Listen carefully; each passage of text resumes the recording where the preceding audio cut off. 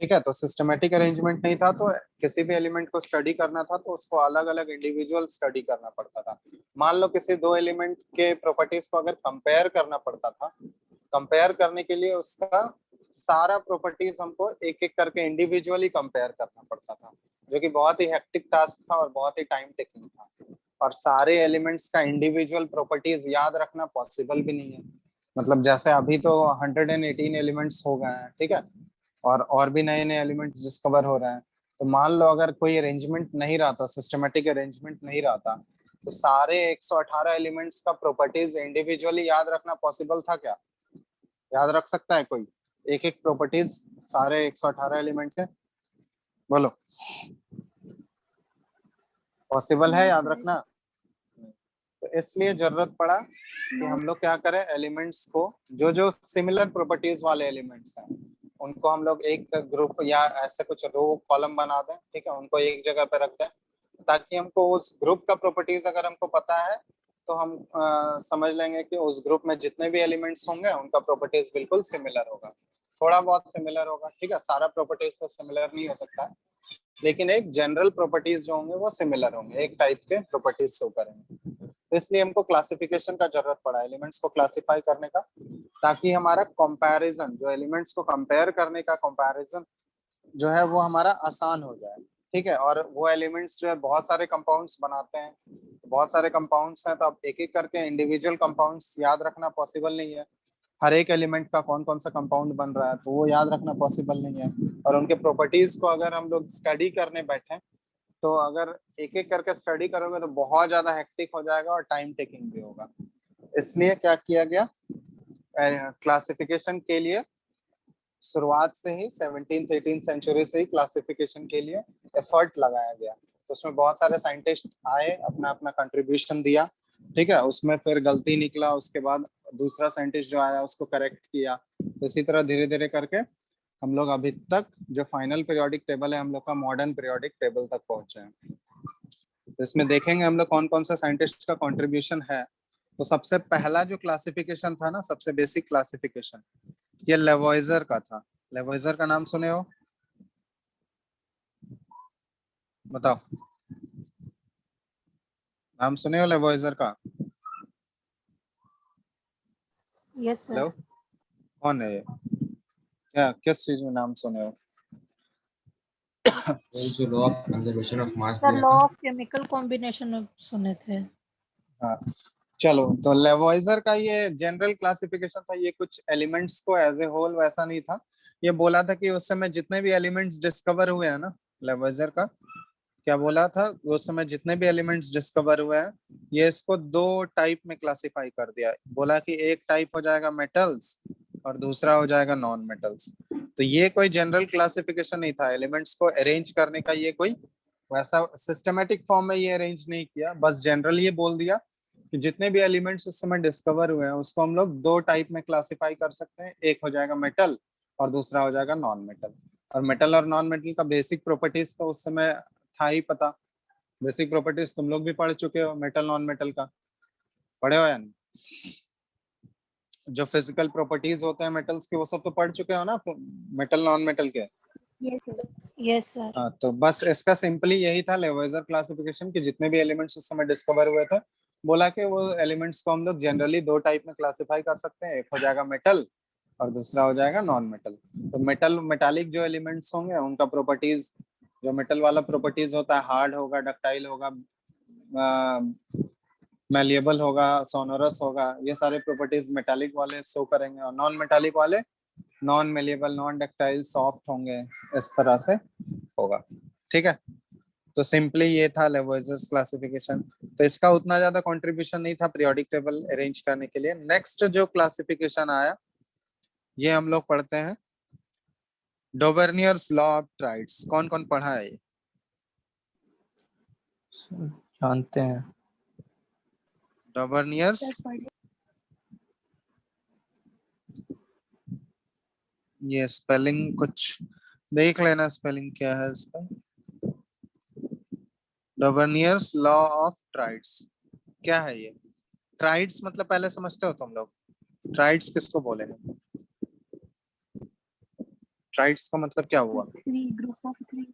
हाँ, group of 3 को triads बोलते हैं। तो ये क्या किया, शुरुआत में एलिमेंट्स को अरेंज करना स्टार्ट किया।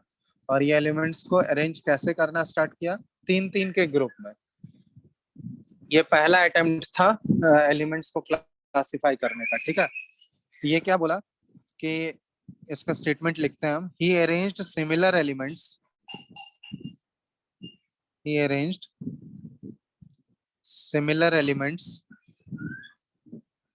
in a group of 3, in a group of 3 called triads, such that the atomic mass of the middle element, such that the atomic mass of the middle elements of the triad is approximately the arithmetic mean of the other two elements। ठीक है, ये इसका definition था। ये क्या बोला कि similar properties वाले एलिमेंट्स को ये अरेंज किया 3-3 के ग्रुप में। ऐसे अरेंज किया ताकि जो मिडिल वाला एलिमेंट है उसका जो मास आएगा, एटॉमिक वेट आएगा या एटॉमिक मास आएगा, वो जो साइड वाले दो एलिमेंट्स हैं उन दोनों का अप्रोक्सीमेटली एवरेज आना चाहिए। अरिथमेटिक मीन का मतलब क्या हुआ? अप्रोक्सीमेटली एवरेज के बराबर आ रहा था, ठीक है। तो इस तरह से ये ट्राइड्स अरेंज करना स्टार्ट किया। तो सबसे पहला जो ये ट्राइड बनाया लिथियम, सोडियम, पोटाशियम का, ठीक है। मतलब ये इंक्रीजिंग 3-3 का ग्रुप बनाया increasing order of atomic weight में, ठीक है। तो लिथियम का एटॉमिक वेट कितना होता है? एटॉमिक मास यहाँ लिख रहा है। तो लिथियम का एटॉमिक मास होता है 7, पोटाशियम का एटॉमिक मास होता है 39 और सोडियम का एटॉमिक मास 23। तो ये देखो, जब हम लोग लिथियम और पोटाशियम के एटॉमिक वेट का एवरेज निकालें तो कितना आ रहा है? 7 + 39/2 कितना आ रहा है? ये 46/2, 23। यहाँ पे तो ये एग्जैक्टली सेम आ गया। तो ये बोला था या तो एग्जैक्टली सेम होगा मिडिल वाले एलिमेंट का मास, मतलब साइड वाले दोनों के एग्जैक्टली एवरेज के बराबर आएगा, या फिर अप्रोक्सीमेटली एवरेज के बराबर आएगा, ठीक है। तो इस केस में ये एग्जैक्टली इक्वल आ गया था। इसी तरह नेक्स्ट ट्राइड बनाया ये कौन सा? बेरिलियम, मैग्नीशियम, कैल्शियम, ठीक है। तो बेरिलियम का एटॉमिक मास होता है कितना? बताओ।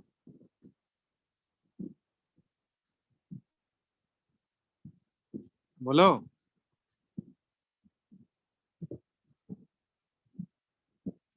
हेलो हेलो, आवाज आ रहा है? आवाज आ रहा है? हाँ सर। बोल क्यों नहीं रहे हो तुम लोग? चलो, तो बेरिलियम का जो एटॉमिक वेट था ये 8, कैल्शियम का 40 और मैग्नीशियम का जो आया ये 24। ये आ रहा था जैसे 40 + 8/2 करोगे ये 24। यहाँ भी एग्जैक्टली सेम आया। उसके बाद एक और ट्राइड बनाया ये कैल्शियम, स्ट्रॉन्सियम और बेरियम का। तो कैल्शियम का एटॉमिक वेट होता है 40, बेरियम का 137, ठीक है। और स्ट्रॉन्सियम का जो एग्जैक्ट एटॉमिक वेट है ये 87.5 है, ठीक है, ये अप्रोक्सीमेटली। तो यहाँ पे एवरेज निकालोगे तो ये कितना आएगा? 40 + 137/2 ये करोगे तो कितना आ गया? बताओ तो। 177/2 तो ये 88.5 हो जाएगा, है ना। तो यहाँ पे देखो ये एग्जैक्टली सेम नहीं आया था। 87.5 इसका एटॉमिक वेट होता है, ये 88.5 आ रहा। तो यहाँ पे अप्रोक्सीमेटली बोला गया ये सेम है। तो इस तरह से ये 3-3 एलिमेंट्स का ग्रुप बनाना स्टार्ट किया। समझ रहे हो बात? आ रहा है आवाज? रिप्लाई करते रहो, नहीं तो आइडिया नहीं लगता है। हेलो। Yes, sir. तो इस तरह से ये तीन तीन एलिमेंट्स का ग्रुप बनाना स्टार्ट किया और ये बोला कि हम increasing order of atomic weight में हम उन तीनों को अरेंज करेंगे और जो मिडिल एलिमेंट का वेट होगा वो साइड वाले दो एलिमेंट है उनका एवरेज होगा। ठीक है, उनके एटॉमिक वेट का एवरेज होगा। तो वो एवरेज एग्जैक्टली सेम भी हो सकता है या अप्रोक्सीमेटली सेम। ठीक है, बहुत लार्ज डिफरेंस नहीं आना चाहिए, थोड़ा बहुत 0.5 या 1.5 तक का डिफरेंस चलेगा, बहुत लार्ज डिफरेंस नहीं आना चाहिए। तो इस तरह का क्लासिफिकेशन जो है ना, ये बहुत ही कम एलिमेंट्स इसको जस्टिफाई कर पाया या सेटिस्फाई कर पाया इसको। समझ रहे हो, ये गिना चुना ही ट्राइड्स बना पाया, लिमिटेड ट्राइड्स। तो इसलिए इसके थ्योरी को बाद में रिजेक्ट करना पड़ा, क्योंकि सारे एलिमेंट्स उस समय तक जितने भी एलिमेंट्स डिस्कवर हुए थे ना, वो सारे एलिमेंट्स इसके थ्योरी को फॉलो नहीं कर रहे थे। इसका जो अरिथमेटिक मीन वाला कॉन्सेप्ट था, वो सारे एलिमेंट उसको फॉलो नहीं कर पा रहे थे। समझ रहे हो बात? Yes, तो sir. सारे एलिमेंट अगर फॉलो नहीं कर रहे थे, क्यों नहीं फॉलो कर रहे थे? क्योंकि जब बाकी अदर एलिमेंट्स का अरेंज किया गया, तीन तीन का ग्रुप बनाया गया, तो देखा गया कि मिडिल एलिमेंट का जो मास है ना, वो जो अरिथमेटिक मीन हम लोग निकाल रहे हैं दोनों साइड वाले एलिमेंट का, वो बहुत ज्यादा डिफरेंस आ रहा है। तो ये या तो एग्जैक्टली सेम नहीं आ रहा था या अप्रोक्सीमेटली भी सेम नहीं आ रहा था, बहुत लार्ज डिफरेंस आ जा रहा था, जिसकी वजह से वो थ्योरी इसका जो है रिजेक्ट हो गया। बहुत कम ही एलिमेंट्स इसके थ्योरी को सेटिस्फाई कर पाए या इसके लॉ ऑफ ट्राइड्स को सेटिस्फाई कर पाए। तो हम लोग बोल सकते हैं इसका लिमिटेशन क्या था इसके थ्योरी का, कि he could form only limited triads.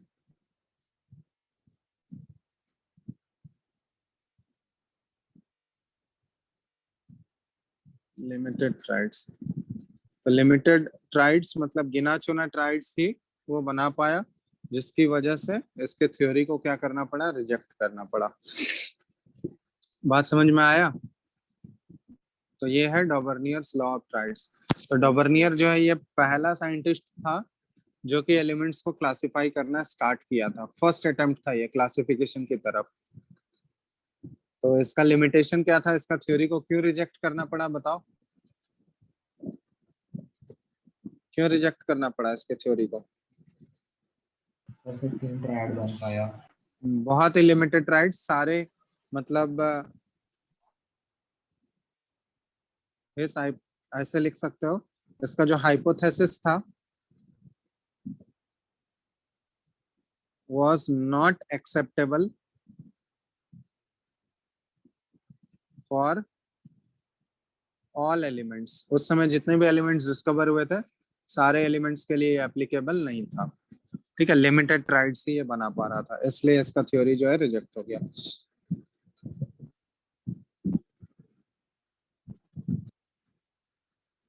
चलो फटाफट इसको नोट कर लिया हो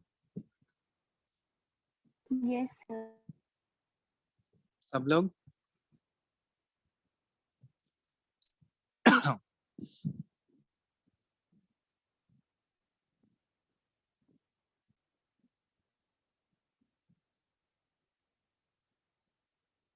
सर थोड़ा सा ऊपर कर सकते हैं? और नहीं बस सर, हो गया।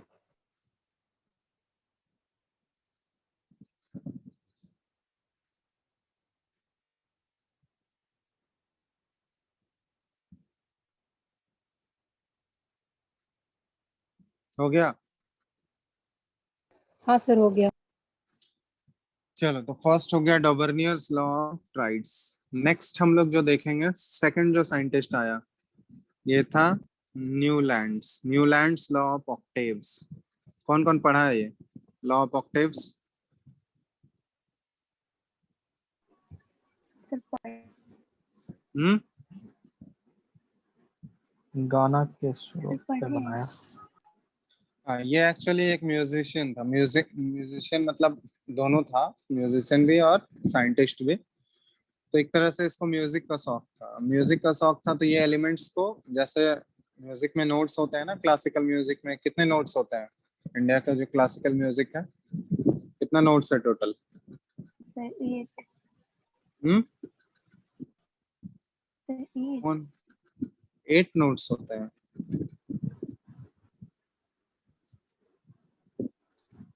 सर 7 नोट्स होता है ना? 7। 7 होता है ना, 8th वाला जो नोड है वो तो रिपीट होने लगता है ना 8th के बाद। Yes, sir. क्या तुम लोग नहीं सीखे हो क्या गाना वाना, ऐसे कंफ्यूज हो रहे हो? तो वो उसी के बेसिस पे ये अरेंज करने का कोशिश किया। मतलब जैसे वो जो नोट्स होते हैं ना, जो म्यूजिक में नोट्स सुने होगा, सारे गामा, ऐसे ही होता है ना, सारे गामा पा। तो वो जो नोट्स होता है उसका बेसिस क्या है, इंक्रीजिंग फ्रीक्वेंसी में वो अरेंज है नोट्स। जैसे सा का फ्रीक्वेंसी कम है, उसके बाद रे पे जाओगे तो फ्रीक्वेंसी बढ़ता है, गा पे जाओगे तो फ्रीक्वेंसी फिर बढ़ा। इंक्रीजिंग फ्रीक्वेंसी में ही है ना वो सारे नोट्स। बोलो भाई। हाँ सर। Yes, sir. उसी तरह ये एलिमेंट्स को उसी के बेसिस पे ये अरेंज करने का कोशिश किया। वहां पे नोड्स जो होते हैं वो फ्रीक्वेंसी वहां पे बेसिस लिया जाता है, इंक्रीजिंग फ्रीक्वेंसी में रहता है। ये क्या बोला, हम एलिमेंट्स को अरेंज करेंगे increasing order of atomic mass में, ठीक है, उसके मास को ये बेसिस बनाया। और increasing order of atomic mass में अरेंज करेंगे। और क्या बोला कि जैसे ही हम लोग increasing order of atomic mass में एलिमेंट्स को अरेंज करेंगे तो हर एक 8वां एलिमेंट का प्रॉपर्टी जो होगा ना वो पहले वाले एलिमेंट से मैच करेगा।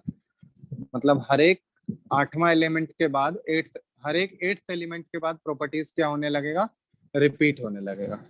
समझ में आया?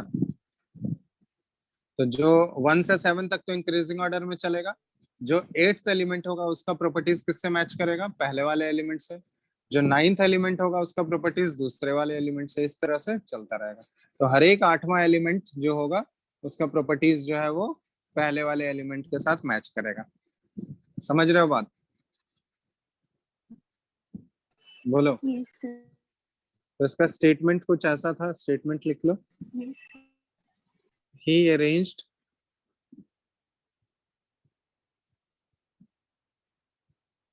the elements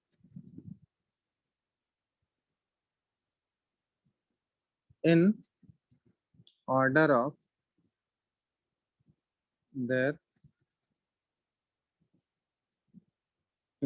their increasing atomic weights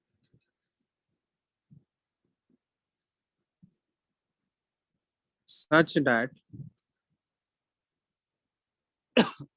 every eighth element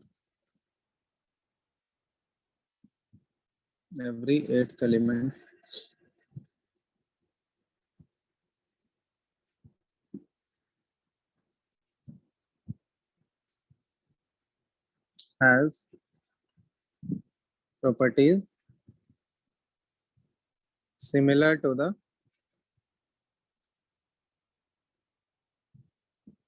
first element.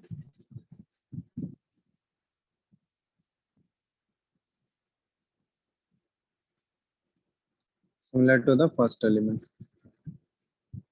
ठीक है, तो ये था न्यूलैंड्स का बेसिस। समझ रहे हो बात? मतलब म्यूजिकल नोट्स में जैसे 8th नोट हमेशा रिपीट होता है फर्स्ट नोट से, उसी तरह 8th एलिमेंट जो है वो हमेशा फर्स्ट एलिमेंट से उसका प्रॉपर्टीज मैच होते रहेगा। और ये उस समय का क्लासिफिकेशन था जब बहुत सारे एलिमेंट डिस्कवर नहीं हुए थे, नोबल गैसेस का डिस्कवरी नहीं हुआ था उस समय तक। ठीक है, नोबल गैसेस समझते हो ना, इनर्ट गैसेस, जो हीलियम, नियॉन, आर्गन वाला जो ग्रुप है, अभी देखे हो पीरियोडिक टेबल में? Yes sir.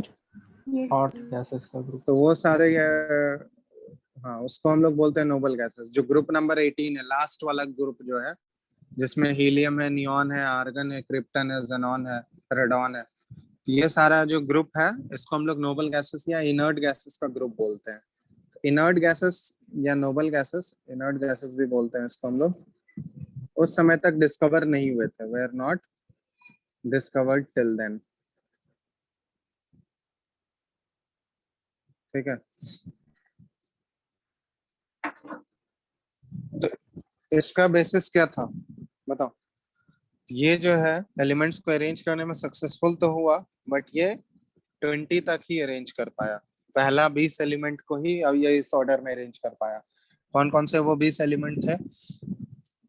Lithium, beryllium, boron, carbon, nitrogen, oxygen, fluorine, क्योंकि नोबल गैस तो आया नहीं था।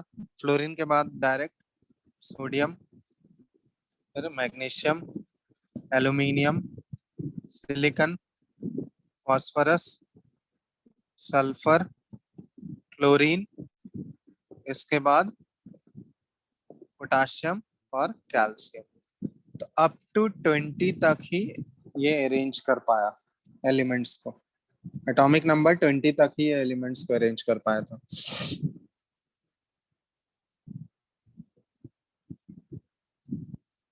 This classification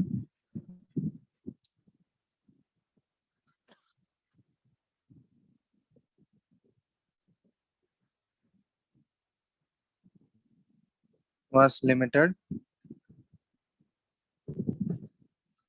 up to calcium only। ठीक है, कैल्शियम तक ही ये एलिमेंट्स को इस ऑर्डर में अरेंज कर पाया। समझ में आ रहा है बात? हेलो, ठीक है। तो ये मतलब कैल्शियम तक ही एलिमेंट पे अरेंज, क्योंकि उस समय बहुत सारे एलिमेंट डिस्कवर नहीं हुए। जैसे देखो, बाद में जब इनर्ट गैस डिस्कवर हुए तो वो तो इसके रूल को फॉलो नहीं करेगा ना, इसका जो थ्योरी था इसको फॉलो नहीं करेगा, क्योंकि इनर्ट गैस जैसे नियॉन आया तो नियॉन का पोजीशन कहाँ है? फ्लोरीन के बाद होगा होगा। तो फ्लोरीन के बाद अगर नियॉन आएगा तो नियॉन तो 8वां एलिमेंट हो गया, तो नियॉन किसके नीचे होना चाहिए? लिथियम के नीचे नियॉन हो जाना चाहिए था। लेकिन नियॉन का प्रॉपर्टीज और लिथियम का प्रॉपर्टीज कभी मैच करेगा क्या? बोलो। लिथियम मेटल है और नियॉन कहाँ से? नोबल गैस है, तो उसके प्रॉपर्टीज मैच नहीं करेंगे। तो नोबल गैस उस समय डिस्कवर नहीं हुआ था, इसलिए ये एलिमेंट्स 20 तक तो अरेंज कर दिया, इसका काम चल गया 20 तक। बट उसके बाद जो है 20 के बाद उसमें दिक्कत आने लगा। ठीक है, वो सारे एलिमेंट्स उसको इसके बाद जो है कैल्शियम के बाद एलिमेंट्स जो है इसको सेटिस्फाई नहीं कर रहे थे इसके रूल को।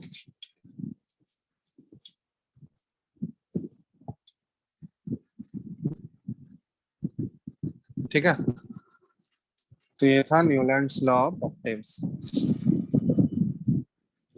तो इसके क्लासिफिकेशन का लिमिटेशन क्या था? क्या है लिमिटेशन?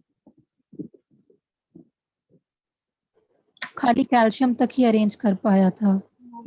एक he could arrange elements up to calcium only, calcium तक ही ये फॉलो हो रहा था।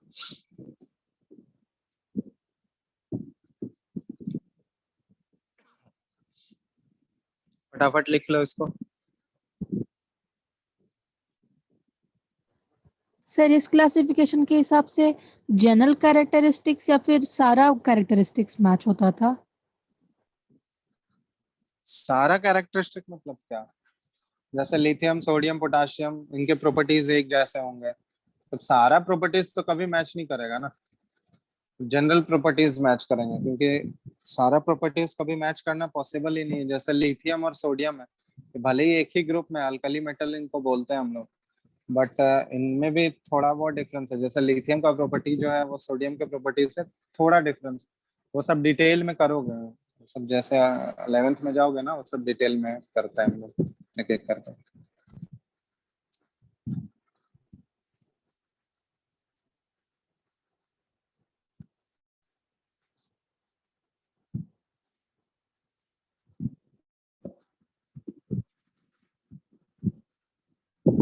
हो गया, लिख लिए? Yes, sir.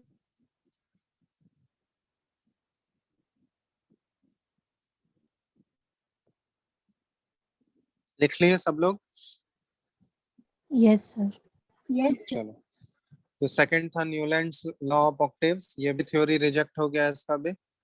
तीसरा है, तीसरा हम लोग देखते हैं, ये एक एक्चुअली कर्व है। ठीक है, लोथर मेयर्स अरेंजमेंट इसको बोलते हैं हम लोग। ये एक्चुअली एक ग्राफ के फॉर्म में प्लॉट किया था। ठीक है, लोथर मेयर अरेंजमेंट या Lothar Myers classification.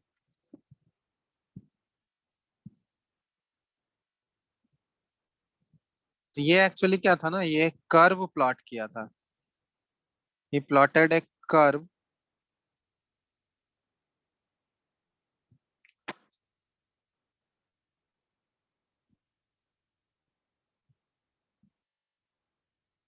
plotted a curve between atomic volume versus atomic weight.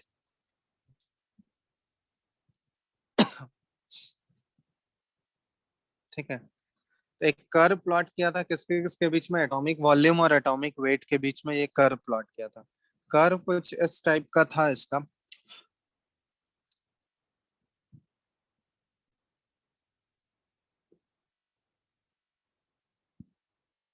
Curve draw कर रहे हैं हम यहाँ।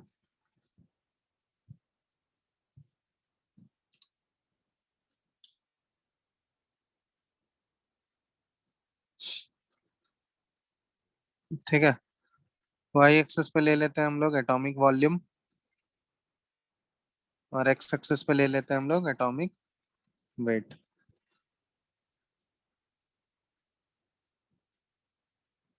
ठीक है, तो ये कर्व कुछ नेचर इस तरह से आ रहा था। ठीक है, ड्रॉ कर रहे हैं।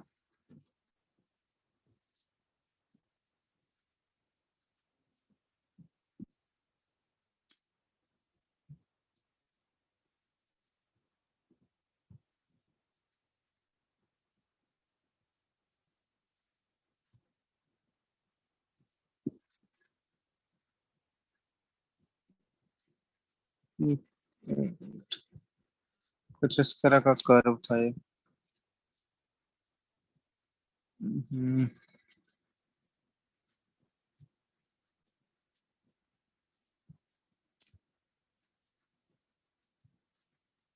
इंक्रीज हो रहा था ये इस टाइप का कर्व। ठीक है, तो ये कर्व में क्या था ना कि एलिमेंट्स, देखो एलिमेंट्स का हर एक जितने भी एलिमेंट्स डिस्कवर हुए थे उस समय, इन सब का एक पोजीशन मार्क था। जैसे अल्कली मेटल्स जो थे, अल्कली मेटल का पोजीशन सबसे टॉप में था। ठीक है, जैसे अल्कली मेटल्स हो गए लिथियम, फिर इसके बाद टॉप पे सोडियम आ गया, यहाँ पे पोटाशियम, फिर यहाँ रुबीडियम और यहाँ पे सीजियम। ठीक है, उसी तरह अल्कलाइन अर्थ मेटल जो था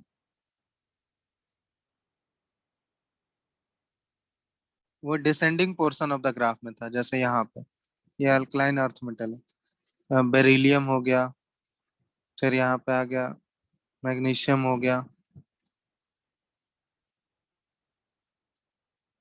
कैल्शियम हो गया डिसेंडिंग पोर्शन में। ठीक है, इधर कैल्शियम हो गया, फिर स्ट्रोंसियम हो गया, फिर यहाँ पे बेरियम हो गया। ये कुछ इस तरह से था।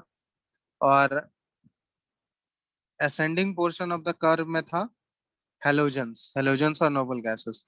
तो यहाँ पे फ्लोरीन आ गया, फ्लोरीन, क्लोरीन। इसके बाद यहाँ असेंडिंग पोर्शन यहाँ आ गया ब्रोमीन, फिर इसके बाद यहाँ आयोडीन। तो कुछ इस तरह से ये जितने भी एलिमेंट्स उस समय डिस्कवर हुए थे, ये कुछ इस तरह से अरेंज किया था।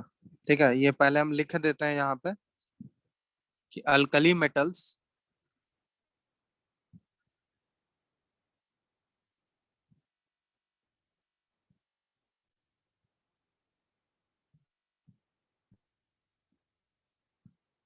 occupied the topmost position of the curve, topmost position on the curve। ठीक है, कर्व के टॉप मोस्ट पोजिशन पे अल्कली मेटल्स थे। अल्कली मेटल मतलब ग्रुप वन वाला। आवाज आ रहा है ना सबको? हेलो? हाँ सर। Yes. ठीक है, तो ग्रुप वन वाले एलिमेंट्स जैसे लिथियम हो गया, वो पीरियोडिक टेबल में अभी के हिसाब से हम बता रहे हैं। ठीक है, लिथियम हो गया, सोडियम हो गया, पोटाशियम हो गया, रुबिडियम हो गया, सीजियम हो गया, ये सारे अल्कली मेटल्स थे। तो टॉप पोजीशन पे देखा गया अल्कली मेटल्स को। फिर उसके बाद अल्कलाइन अर्थ मेटल जो थे, अल्कलाइन अर्थ मेटल का पोजीशन दिया ये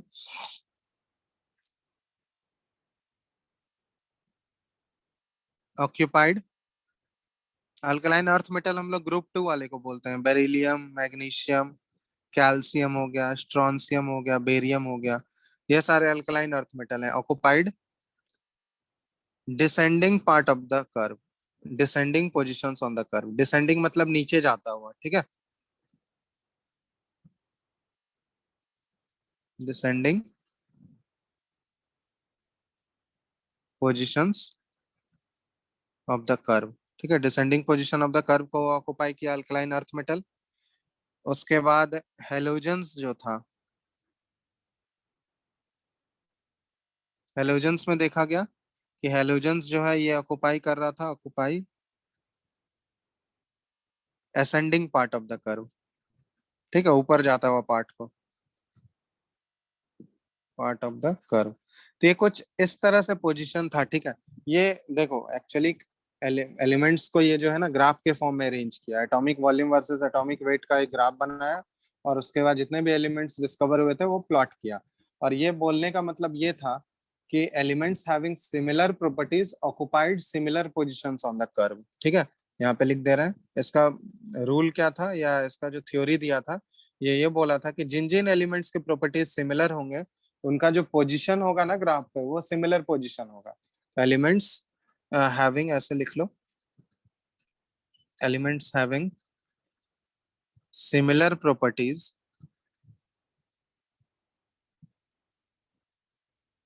occupied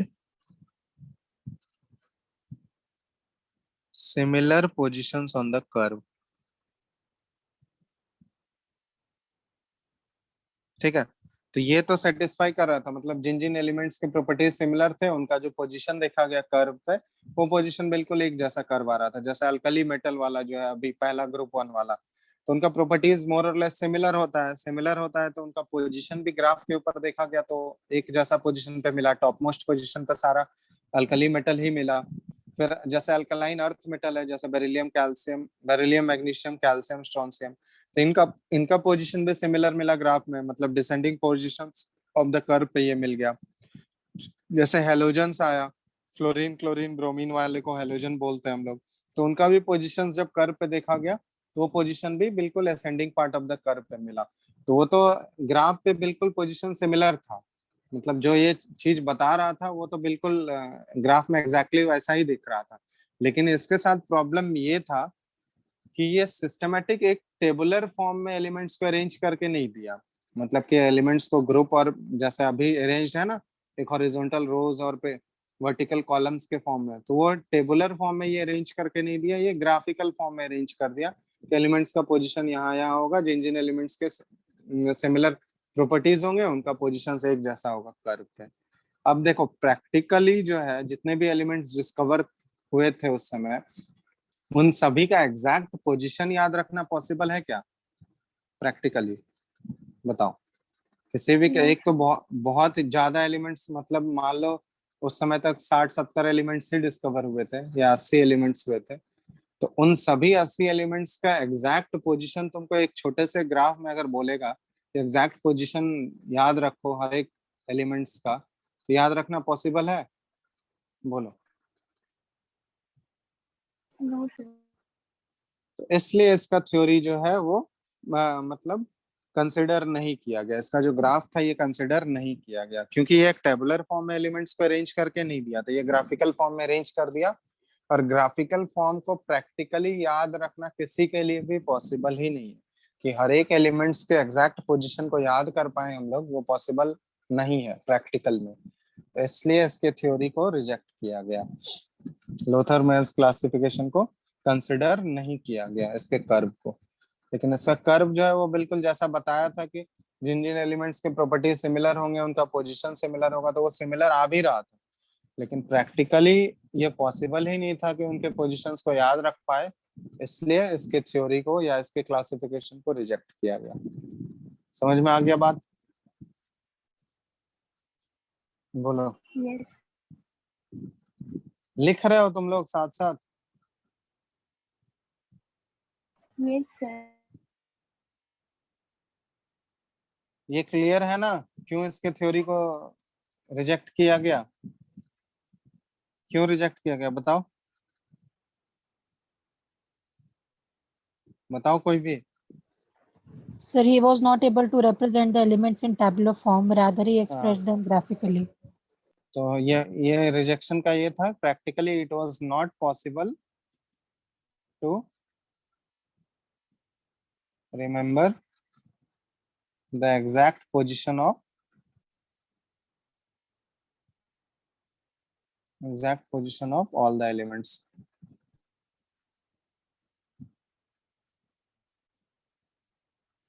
On the curve, ठीक है, कर्व पे exact position of the elements का रिमेम्बर करना पॉसिबल ही नहीं था, तो इसलिए इसके थ्योरी को रिजेक्ट किया गया।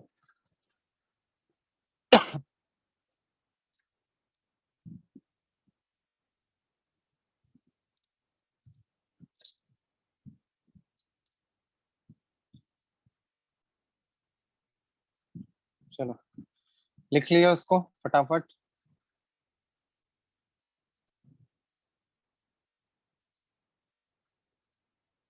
Yes sir. सब लोग लिख लिए? हाँ या नहीं? Yes. चलो इसके बाद जो हम लोग साइंटिस्ट का कंट्रीब्यूशन पढ़ेंगे वो है मेंडलीव्स पीरियोडिक टेबल। कौन कौन लोग पढ़ चुके हो मेंडलीव के बारे में? सर पढ़े हैं। क्या पढ़े हो? मेंडलीव को फादर ऑफ पीरियोडिक टेबल भी बोला जाता है। इसके लिए इसको नोबेल प्राइज भी मिल चुका है।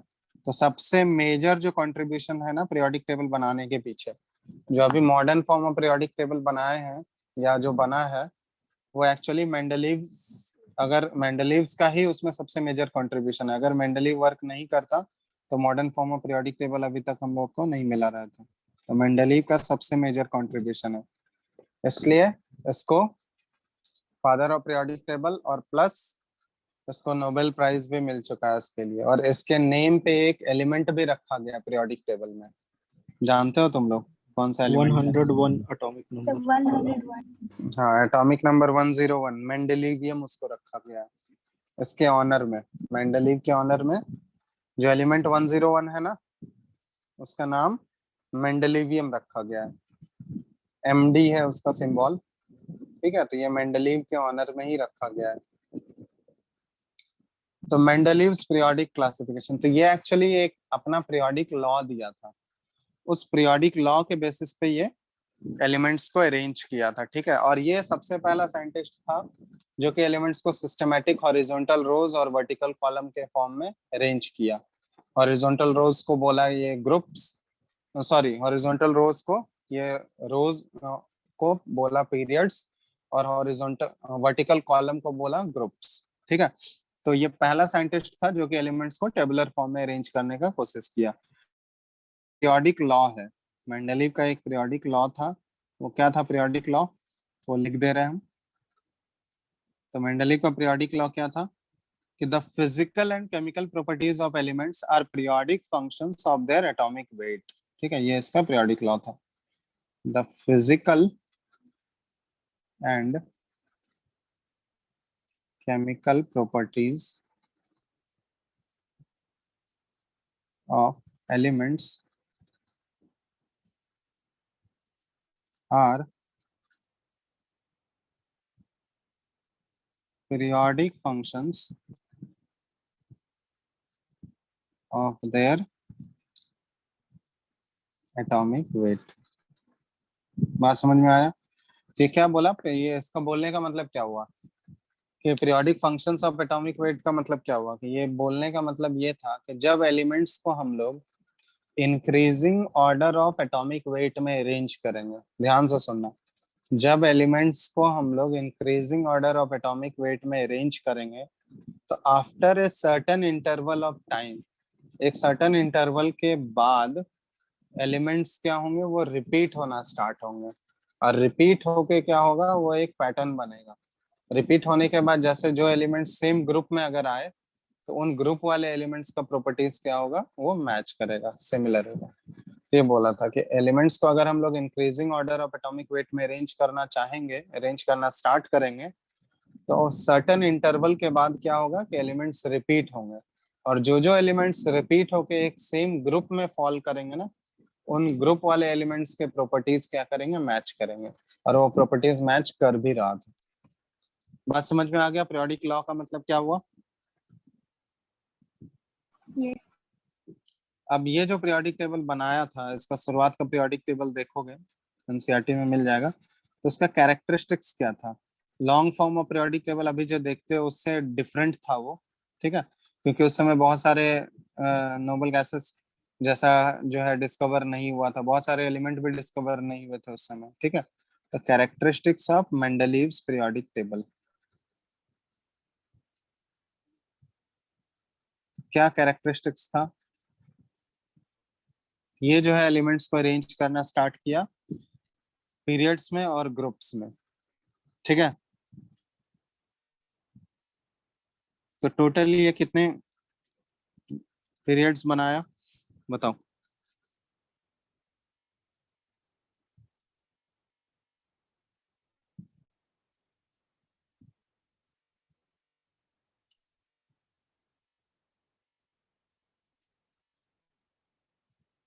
सेवन हॉरिजॉन्टल रोज को ये क्रिएट किया जिसका नेम क्या रखा गया, पीरियड्स, और 8 वर्टिकल कॉलम ये बनाया था, 8 वर्टिकल कॉलम्स जिसका नेम क्या रखा गया, ग्रुप्स। दिख रहा है सबको, बोलो। Yes sir. हाँ। तो हॉरिजॉन्टल रोज और वर्टिकल कॉलम, तो हॉरिजॉन्टल रोज को नेम रखा गया, नेम दिया गया पीरियड्स, और वर्टिकल कॉलम को नेम दिया गया ग्रुप्स। ये पहला साइंटिस्ट था जो कि एक टेबुलर फॉर्म में एलिमेंट्स को क्लासिफाई करने का कोशिश किया। अब उसमें से क्या था, हर एक ग्रुप को, ईच ग्रुप को ये 2 सब ग्रुप में डिवाइड किया, ईच ग्रुप। और ये 8 वर्टिकल कॉलम को ना ये इस तरह से नेम रखा था, 1 to 8 रोमन न्यूमरल्स में, ठीक है। नंबर ये रोमन में उसको रिप्रेजेंट किया था, ग्रुप नंबर 1 से 8 तक, ये रोमन न्यूमरल्स में इसको रिप्रेजेंट किया था 1 से 8 तक। और हर एक ग्रुप को, ईच ग्रुप फ्रॉम 1 से 7 तक, 1 से 7 तक सारे ग्रुप को ये क्या किया,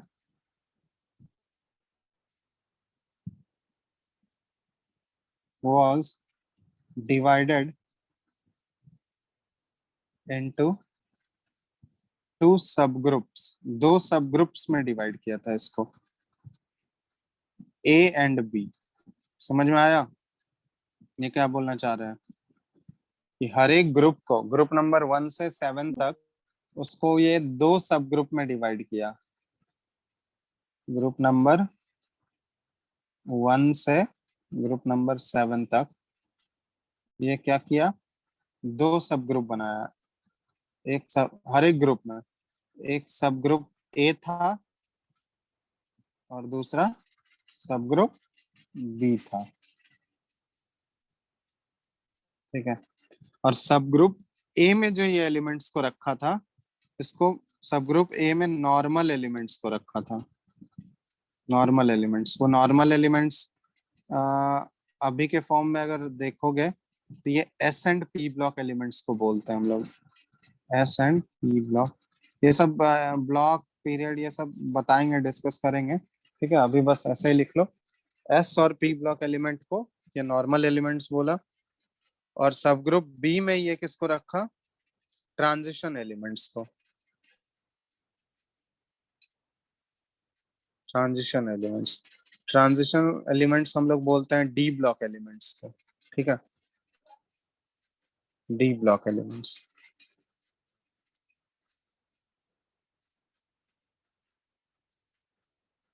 ये सब ब्लॉक सब बताया जाएगा, अभी बस जस्ट लिख लो कि मेंडलीव का क्लासिफिकेशन था। टोटल ये हॉरिजॉन्टल रोज बनाया 7 जिसको पीरियड्स नाम दिया, 8 वर्टिकल कॉलम बनाया, ग्रुप जिसको बोला गया ग्रुप, और उसको ग्रुप को नंबरिंग ये किया 1 से लेके रोमन में 8 तक, ठीक है। और हर एक ग्रुप में 1 से 7 तक को 2 सब ग्रुप में ये बांटा, ए और बी। सब ग्रुप ए में नॉर्मल एलिमेंट्स थे, एस और पी ब्लॉक एलिमेंट्स, सब ग्रुप बी में ट्रांजिशन एलिमेंट्स थे, ठीक है, डी ब्लॉक एलिमेंट्स। लिख लिए,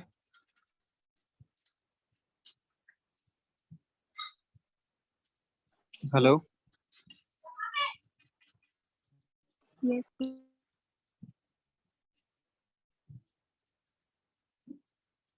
लिखो फटाफट इसको।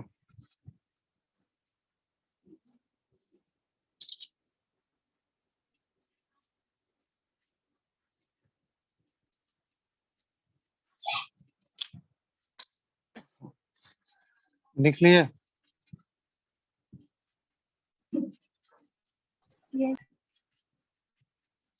और ग्रुप नंबर 8 में ना उस समय तक का टोटल 9 एलिमेंट्स डिस्कवर हुए थे। जैसे जैसे एलिमेंट्स डिस्कवर हुआ था उसको ग्रुप नंबर 8 में वो रख रहा था। ग्रुप 8 में ग्रुप नंबर 8 जो था ये कंसिस्टेड ऑफ 9 एलिमेंट्स इन 3 रोज। 3 रोज मिला के 9 एलिमेंट उसमें रखा था। उसको 2 सब ग्रुप में नहीं बांटा था, ए और बी में नहीं बांटा था। ए और बी में ये ग्रुप नंबर 1 से 7 तक को ही बांटा था। ग्रुप नंबर 1 से 7 तक को ये सब ग्रुप ए और सब ग्रुप बी में क्लासिफाई किया था। ठीक है, सब ग्रुप ए में नॉर्मल एलिमेंट, सब ग्रुप बी में ट्रांजिशन एलिमेंट्स। ठीक है, तो ये कैरेक्टरिस्टिक्स था मेंडलीव्स का पीरियोडिक टेबल का। इसका पीरियोडिक टेबल को देखोगे मिल जाएगा तुम लोग को, ये एनसीईआरटी में भी मिल जाएगा तुम लोग को। 11th वाला है एनसीईआरटी किसी के पास? देखे हो कोई मेंडलीव्स के पीरियोडिक टेबल को? Yes sir. अब देखो उसमें एक पीरियोडिक टेबल जो मिलेगा ना, इसका modified form of periodic table मिलेगा, जिसको मॉडिफाइड मेंडलीव्स पीरियोडिक टेबल बोलते हैं।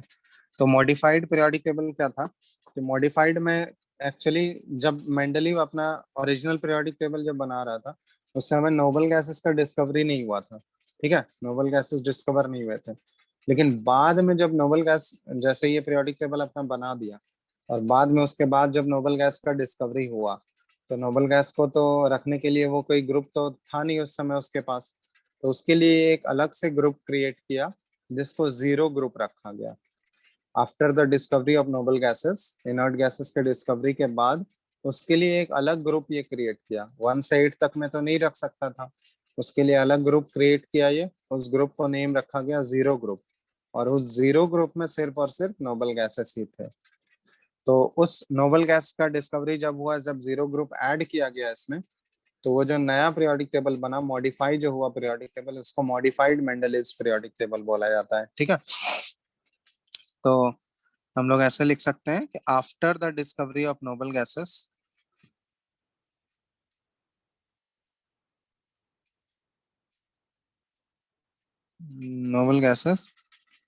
another group was added,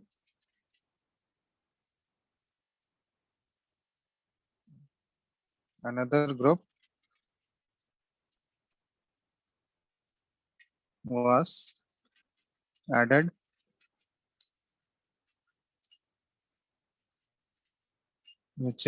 which was named as zero group. ठीक है, which was named as zero group। तो जीरो ग्रुप के नाम से एक ग्रुप ऐड किया, और जीरो ग्रुप वाला जब ऐड हो गया तो जो पीरियोडिक टेबल मॉडिफाई हुआ था उसको मॉडिफाइड मेंडलीव्स पीरियोडिक टेबल बोला गया।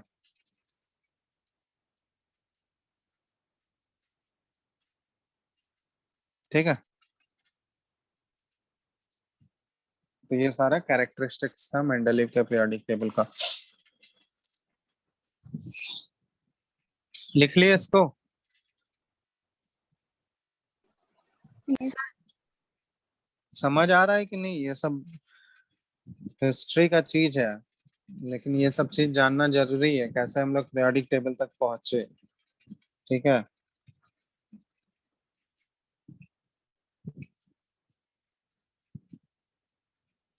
सर इसको नोट करते जाओ इसको फटाफट।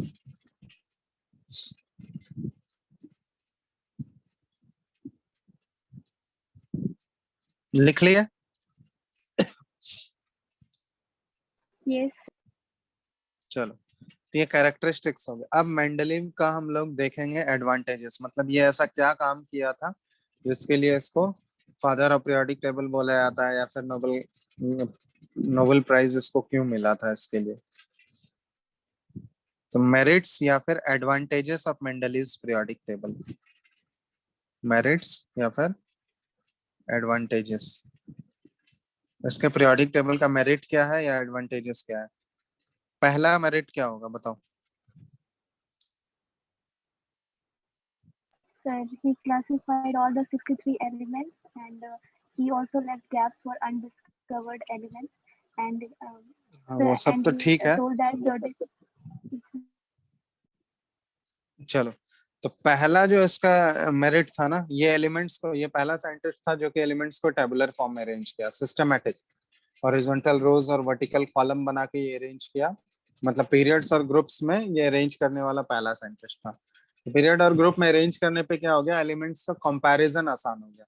मान लो अगर हम किसी एलिमेंट को स्टडी करना चाहते हैं तो एक ग्रुप के एलिमेंट को हम लोग दूसरे ग्रुप के एलिमेंट के साथ कंपेयर कर सकते हैं आसानी से, उनके प्रॉपर्टीज भी स्टडी कर सकते हैं कि क्या क्या डिफरेंसेस हैं, क्या क्या सिमिलैरिटीज हैं, वो सब हम लोग स्टडी कर सकते हैं आसानी से। तो एक systematic study of elements facilitate हो गया, ठीक है। तो हम लोग बोल सकते हैं systematic study of elements became possible, ठीक है। तो पहला एडवांटेज तो ये था कि एलिमेंट्स का सिस्टमेटिक स्टडी करना ये आसान हो गया, सिस्टमेटिक स्टडी ऑफ एलिमेंट्स हम लोग आसानी से कर सकते हैं, बिकेम इजियर, मतलब प्रॉपर्टीज, एलिमेंट्स के प्रॉपर्टीज को स्टडी करना क्या हो गया, वो आसान हो गया, पहला। दूसरा क्या था बताओ।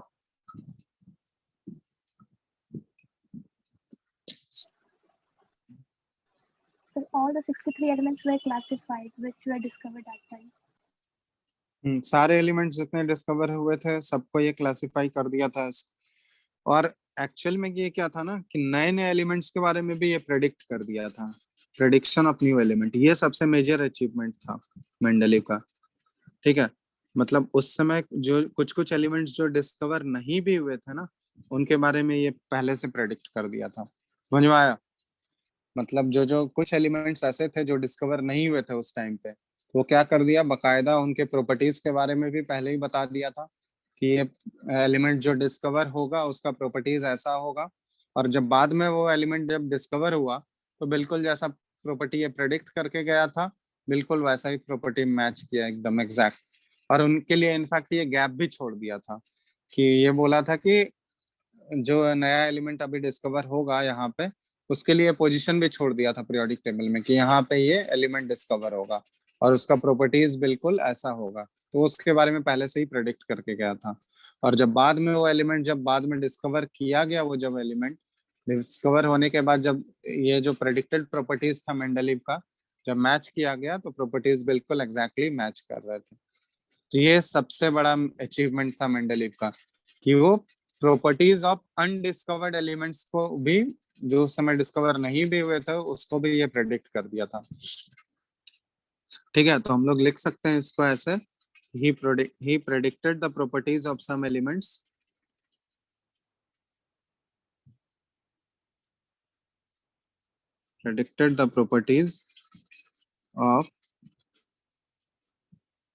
elements which were not discovered at that time.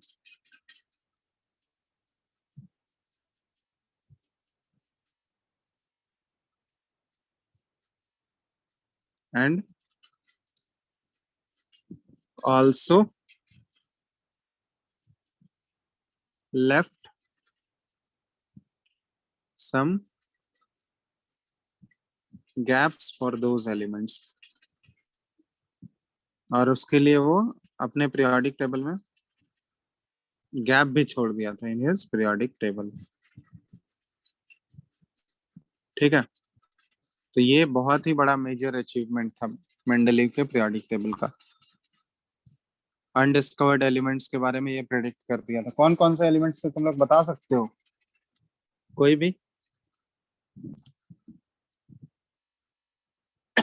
बोलो। Gallium, germanium. कुछ कुछ एलिमेंट्स के बारे में ये प्रेडिक्ट किया था। तो 4 एलिमेंट्स के बारे में हम लोग स्टडी करते हैं। चले, पहला था इका एल्यूमिनियम। ये बोला था कि उस समय एल्यूमिनियम के नीचे एक गैप छोड़ा था, एल्यूमिनियम के जस्ट नीचे एक गैप छोड़ा था, बोला था ये एलिमेंट उस यहाँ पे डिस्कवर होगा और उसका पोजीशन ये होगा और प्रॉपर्टीज जो होगा उसका प्रेडिक्ट कर दिया था ये पहले से। बाद में जब वो एलिमेंट डिस्कवर हुआ उसका नेम रखा गया गैलियम, और जो प्रॉपर्टीज वो प्रेडिक्ट करके गया था और जहाँ पे पोजीशन बताया था वहीं पे रखा गया, और प्रॉपर्टीज बिल्कुल एग्जैक्टली मैच कर रहा था। तो इका एल्यूमिनियम वो इसलिए उस समय बोला था क्योंकि एल्यूमिनियम के नीचे था वो, तो इका एल्यूमिनियम उसका नाम है। और बाद में वो एलिमेंट जब डिस्कवर हुआ तो उसका नाम रखा गया गैलियम। तो इका एल्यूमिनियम के बारे में प्रेडिक्ट कर दिया था। इसी तरह इका बोरोन, इका बोरोन, ये भी स्कैंडियम, ये एलिमेंट डिस्कवर हुआ स्कैंडियम, एससी के नाम से जानते हैं हम लोग। फिर इसके बाद इका सिलिकन, ये सब याद रखना है, 4 एलिमेंट्स हैं। इका सिलिकन, कौन सा एलिमेंट था इका सिलिकन? जर्मेनियम, ठीक है, Ge। ठीक है, यहाँ ध्यान रखना, गैलियम में सिंबल है Ga, जर्मेनियम में सिंबल है Ge। इसके बाद एक और था इका मैंगनीज, जिसको बोला जाता है टेक्नीशियम, Tc। तो ये 4 एलिमेंट्स थे जिनके बारे में वो गैप छोड़ा था और पहले से इनके प्रॉपर्टीज को वो प्रेडिक्ट करके गया था।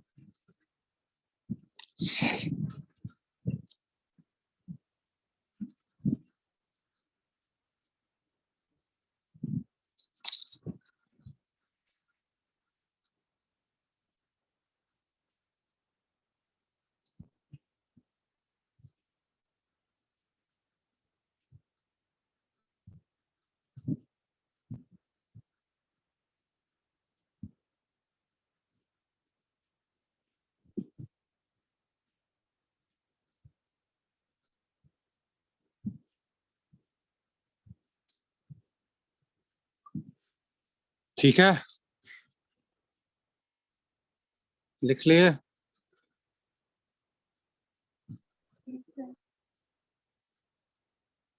हाँ या नहीं बताओ, समझ आ रहा है ना? इसमें समझना क्या है? आवाज आ रहा है सबको अच्छे से? हेलो? Yes, sir. चलो, तो Yes, sir. दूसरा तो ये इसका दूसरा मेरिट ये हो गया।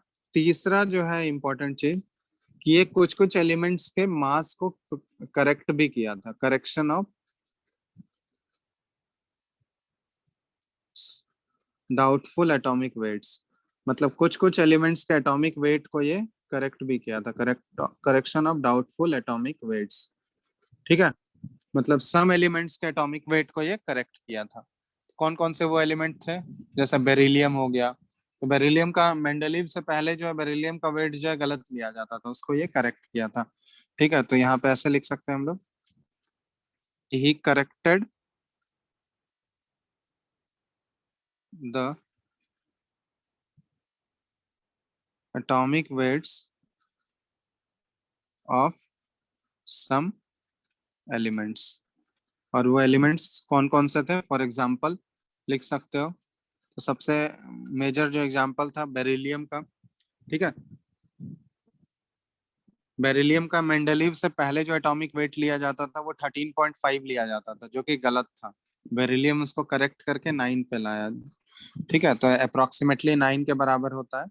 तो बेरिलियम का एटॉमिक वेट ये करेक्ट किया। उसके बाद इंडियम का, गोल्ड का, प्लैटिनम का, ये सारे एलिमेंट्स के एटॉमिक वेट को ये करेक्ट किया था। ठीक है, मेंडलीव के इस इसके करेक्ट करने से पहले जो उसका एटॉमिक वेट लिया जाता था वो गलत था, तो उसको ये करेक्ट करके सही किया था।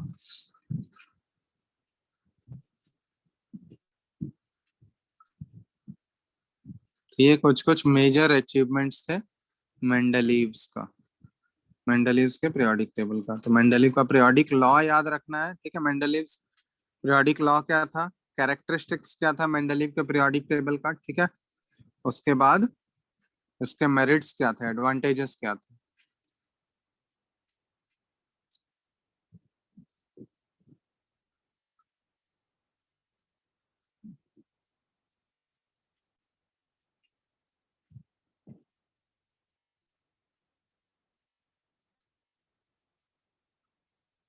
फटाफट इसको नोट कर लो, सारा पॉइंट लिख लियो तुम लोग।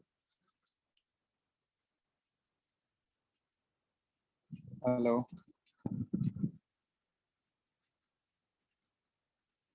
हाँ सर। Yes. चलो तो आज मेंडलीव के यहाँ तक रखते हैं, हम लोग अचीवमेंट्स तक रखते हैं, ठीक है।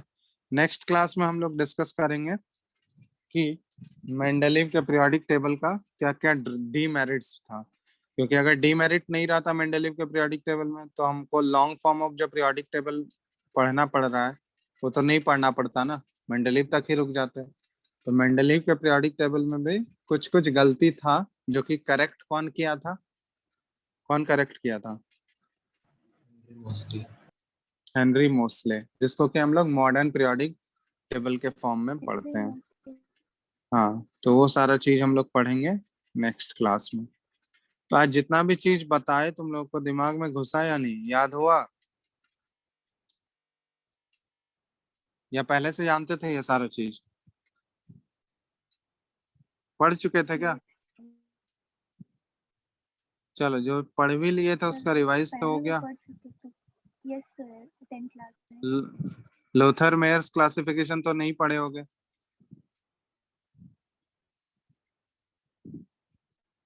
पढ़े थे क्या? हेलो। No sir. चलो ठीक है, तो आज इतना ही रखते हैं हम लोग। नेक्स्ट क्लास में हम लोग डिस्कस करेंगे क्या No क्या, sir, ये नहीं पढ़े थे. नेक्स्ट क्लास में हम लोग डिस्कशन करेंगे No sir, ये नहीं पढ़े थे. क्या।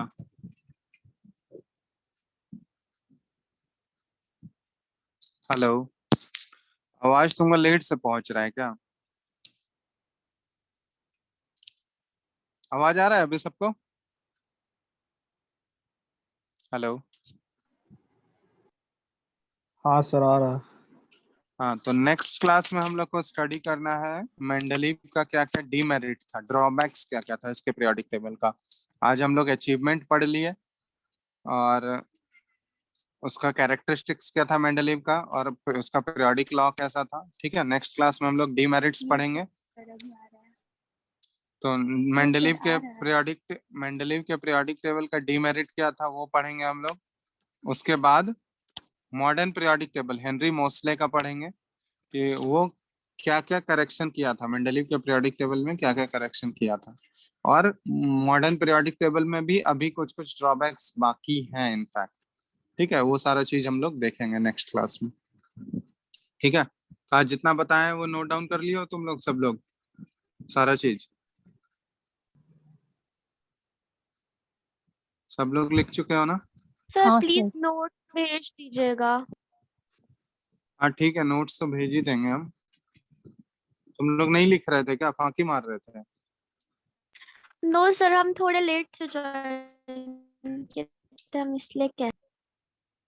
चलो ठीक है, हम नोट्स वैसे तो भेज देंगे, बट एक बार इसको रिवाइज करके रखना, ठीक है। तुम लोग अगर पीरियोडिक टेबल नहीं लिए हो ले लो, और एनसीईआरटी से एक बार रीडिंग मारने का कोशिश करना। एनसीईआरटी होगा सबके पास, नहीं होगा तो पीडीएफ डाउनलोड करो और एक बार रीड करने का कोशिश करना इस चैप्टर, ठीक है। जहां तक बताया वहां तक रीड करके रखना, उसके बाद आगे नेक्स्ट क्लास में करते हैं, ठीक है। Okay sir. चलो चलो फिर तो एंड कर रहे हैं आज का।